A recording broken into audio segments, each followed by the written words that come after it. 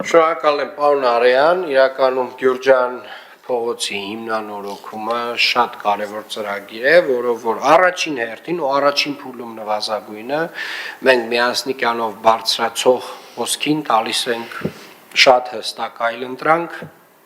դեպի նոր հասնելու։ Եվ առաջին փուլում մենք լուծում ենք բարձրացող հոսքի խնդիրը, որը կարծում եմ էականորեն բեռնաթափում է միասնիկյան պողոտան եւ հաջորդ փուլով, երբ որ արդեն կքննարկենք էստակադան եւ էստակադայի կառուցումը, որոշակիորեն նաեւ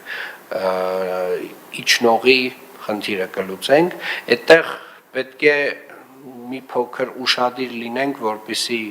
մեր ընդհանուր հոսքի հետ կապված այնուամենայնիվ, եթե ունենք հատվածներ միասնիկյան պողոտայում, որտեղ կարող ենք ընդլայնել, չնայած ոնց որ թե հնարավորությունը շատ չունենք, բայց այնուամենայնիվ այդ ուսումնասիրությունը պետք է անենք եւ հիշեցնեմ հարգելի գործընկերներ,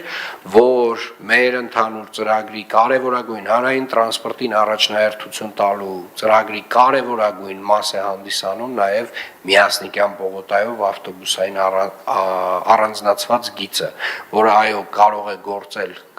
որոշ ժամերի ընթացքում, բայց այդ առանձնացված գիծը պետք է լինի միասնիկյան պողոտայում, որով որ էականորեն մեր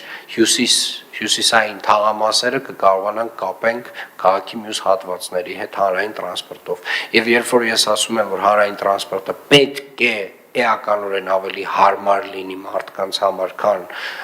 մարդատար ավտոմեքենայով տեղաշարժվելը քաղաքում, ես հենց այս տեսակ ծրագրերը նկատի ունեմ։ Շնորհակալություն եւ վերջինը պարոն Արեյան։ Շնորհակալություն պարոն քաղաքապետ, նախորդի հետ կապված հավելեմ, որ դուք տեղում դերացի ժամանակ նկատել եք, որ սա այն եզակի դեպքերից է, երբ հիմնանորոգումից առաջ ամբողջովին նորացվում